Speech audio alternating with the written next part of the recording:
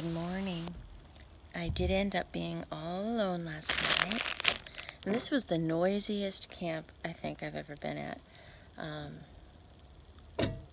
Just some, I don't know if they're crickets or what, but or like a heat bug. It's like that crackling thing in the trees, and an owl, a deer rustling around in the woods. It was just really, really noisy. Kept me awake for a while, but it was fine. I ended up sleeping okay. I'm gonna have my tea. I'm not a big tea drinker, but the coffee, the instant coffees that I have are just nasty, so maybe I will have a coffee today, but I put the carnation instant breakfast in with it. So I'm gonna get my water boiling. Yeah, I put the carnation essentials in with it as it's packed with vitamins. So I think I will do that. I'll have coffee with that nourishment. And then I'm not sure. I've got my bag of breakfast things. I'll choose the heaviest. I can't think about it until I've had something to drink so I can be more alert and awake. Then I'm gonna look through my AWOL guide and make a plan for the day, which again is hard to do until I am awake. So I think I'll do that. I'll wake up. Today I have my Starbucks Via. I don't like the flavored Starbucks ones, which is odd. I hate trying to open things or function in the morning. It makes me sad to try to do this. So this is not flavored. I'll put the vanilla in. For some reason I don't like the flavored Starbucks that they use. I'm sure you really care. You are entranced by my breakfast making. Where's my trash bag? Oh! Mornings have never been my friend. Well, I like mornings after, like, this is enjoyable because I don't have to be getting to work or getting ready or rushing around, or when my kids were little trying to get them set up for school and all that. That was like the worst, but I actually like mornings as far as being able to just sit and sip and stare at the trees, or at home just stare at the wall or the news or something like that. I like having a good solid hour before I have to do anything. Don't talk to me, don't. This is my carnation instant breakfast. I'm not measuring, I'm just adding a bunch in for flavor and vitamins. But anyway, yeah, I just, even at home, I'll just have my coffee and stare at the TV or whatnot, and then shower and get ready and talk to people. Yum, my coffee. Today I'm going to drink it right out of the pot because I'm not ready to eat breakfast yet, so why dirty a cup?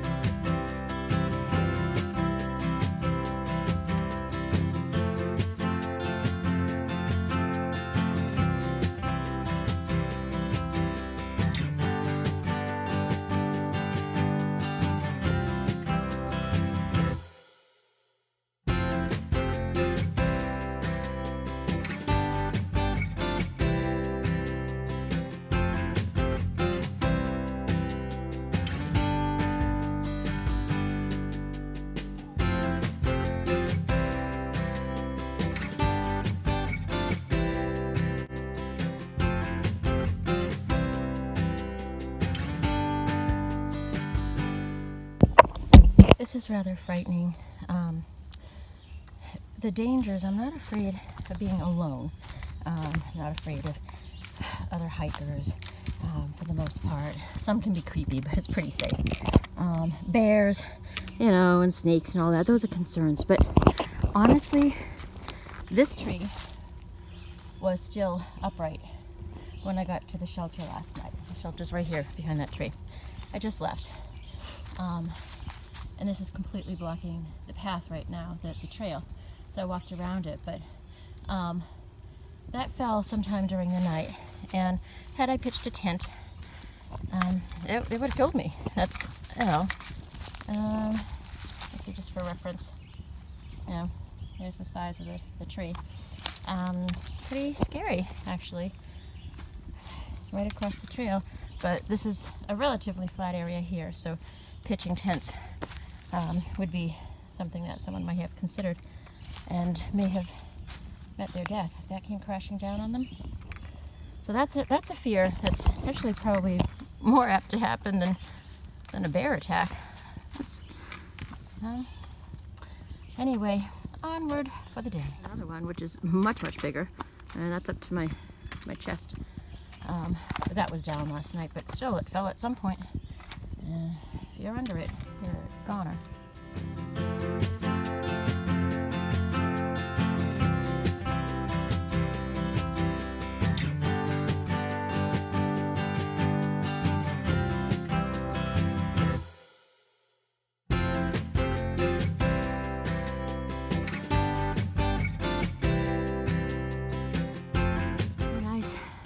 I'm above the clouds. Look at that, I'm in the clouds.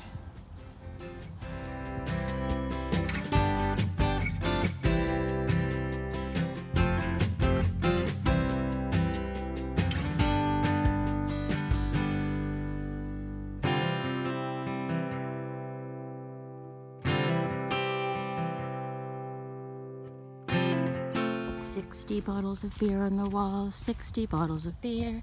You take one down and pass it around. 59 bottles of beer on the wall, 59 bottles of beer on the wall, 59 bottles of beer. You take ha, ha, ha, beautiful Sunday. This is my beautiful day. Sunday morning, up with the lark. I think I'll take a walk in the park. Hey, hey, hey, it's a beautiful day. When you say that you love me, this is my, I don't even remember the words. Wichita to give me rock, give me roll.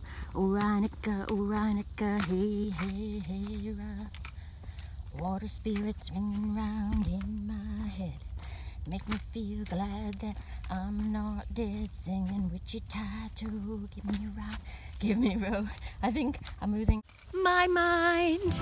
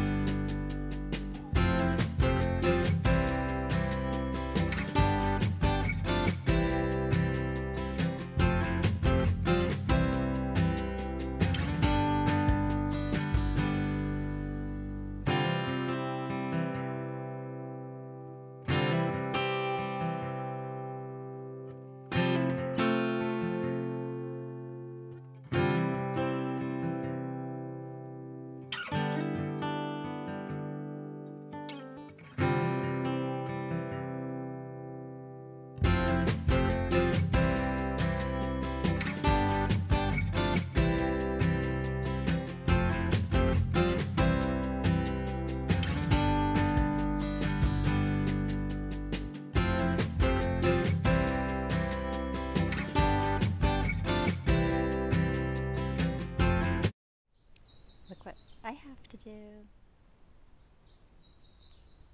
Yay!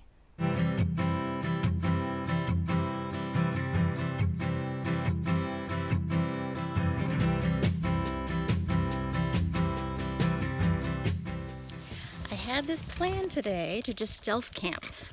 The shelters were not at a distance that was working for the miles I wanted to do today. Excuse me, one was only like 6 miles in, and the next one is another 20 after that or something. So from where I stand right now, the next shelter is about 10 miles away, and I only want to go maybe another 4 or 5 miles maximum. So there's a few, like, I'm just going to keep my eye open just as I'm walking and see in a few miles if I can see something close to the trail. Because the tent areas that are in the guidebook are more on the ridges, and there's rocky outcrops and some nice views, but I read one note on the guide, on gut hooks, and I just passed Gonzo, a southbounder, who was telling me the same, that the snakes are plentiful and they like the ridges. They like to get out on the rocks and sun themselves.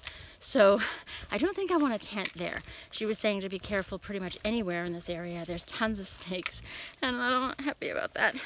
I know they can still be at the shelters, but they're more apt to be out in the sun or on the rocks and on the ridge. So I think I'm just going to walk another maybe 2 or 3 miles and then keep my eye open for just flat areas and pitch my tent. And I'll be alone again tonight. I can't imagine anybody would come through and say, oh, I think I'll tent with her. I don't like snakes. I don't want to meet a snake in my tent. And I just don't think I can make it to the next shelter. Actually, I know I can't. You never know. No sooner does Gonzo warn me about the rocky area coming up and how the snakes love the sun-bathed hot rocks, and this is what I've been dealing with. And I just actually saw a little baby snake. I don't know what kind it was. I'm gonna go with a little innocent grass snake, the size of a little stick, but he scurried away. But it was enough to get my attention. And this doesn't make me comfortable.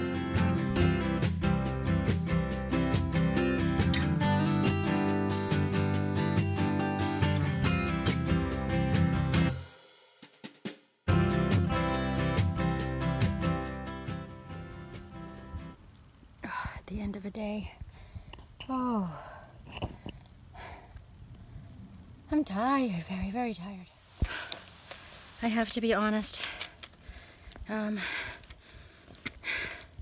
know, I joke and I say that I quit every day, and I kind of do, but then I get up and do it all over again the next day. Oh, I don't know.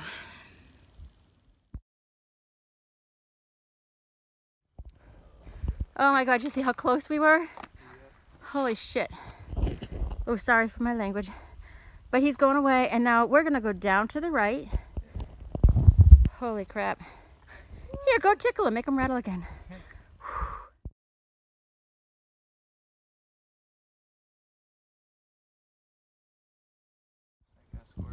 Yeah, he's gonna escort us all the way. And the mosquitoes. He's still going the other way. He is pretty big. He's huge.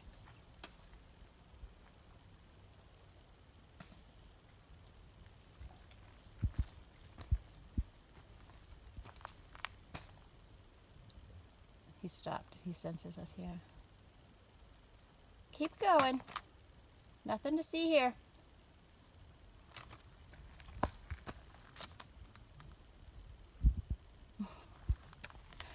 Oh my God. Come on. If he's going to sit there for crying out loud, we need to go.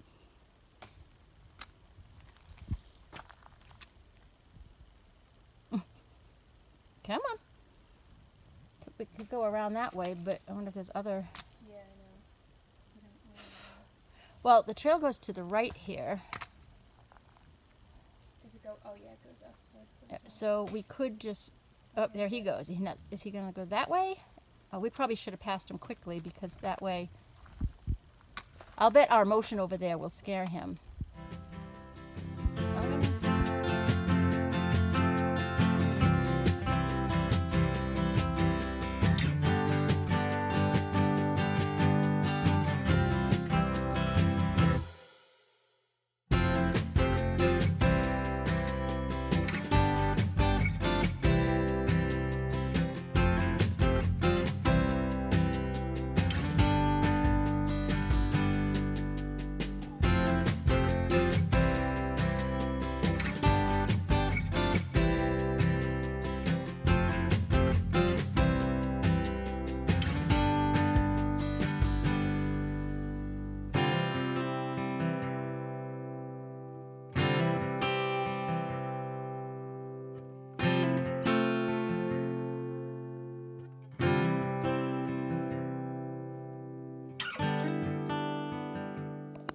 I think today I am the most tired as I've ever been on this whole trip.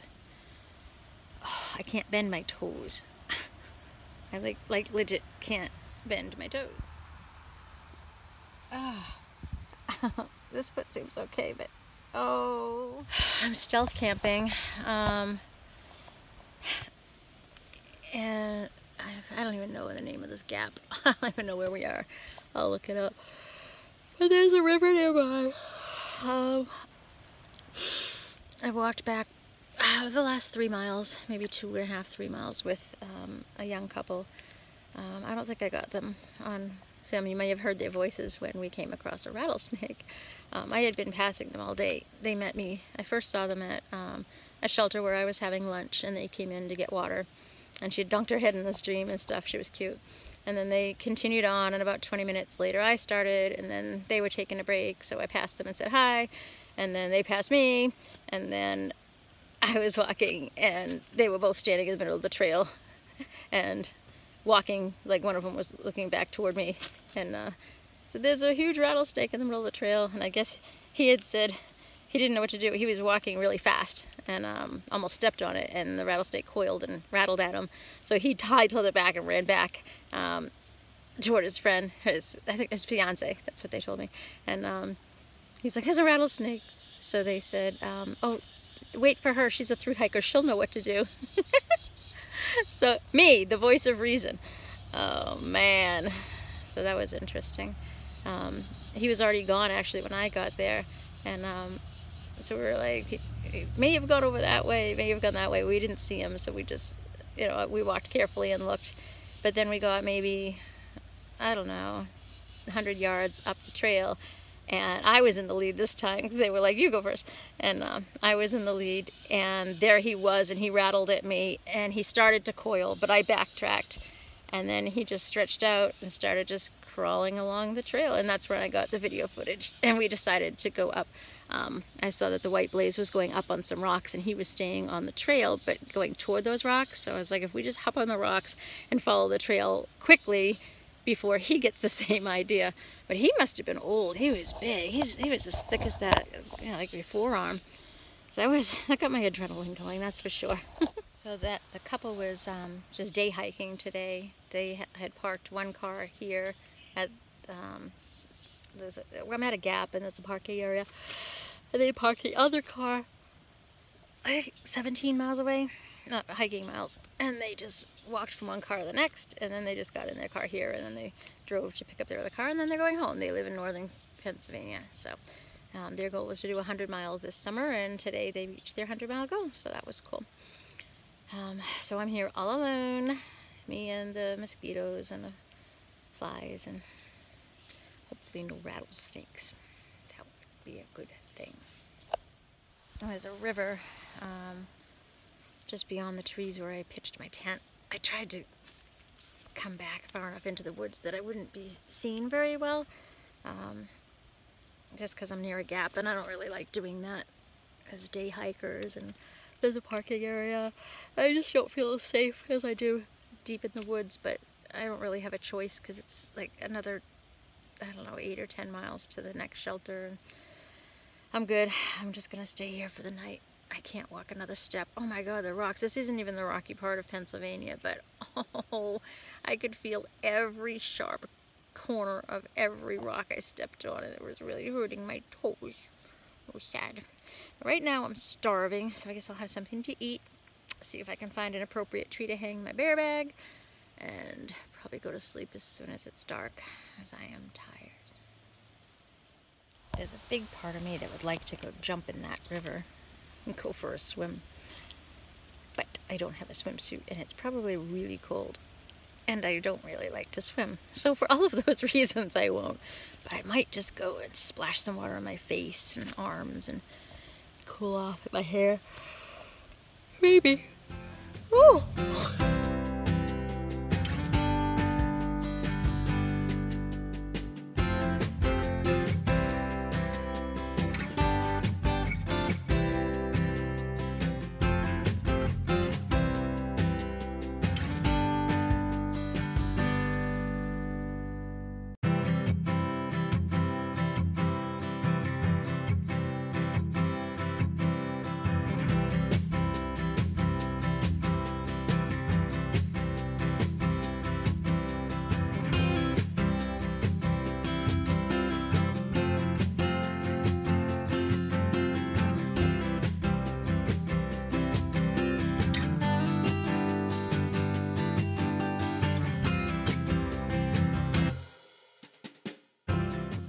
I'm so tired, I can't even change out of my damp hiking clothes yet.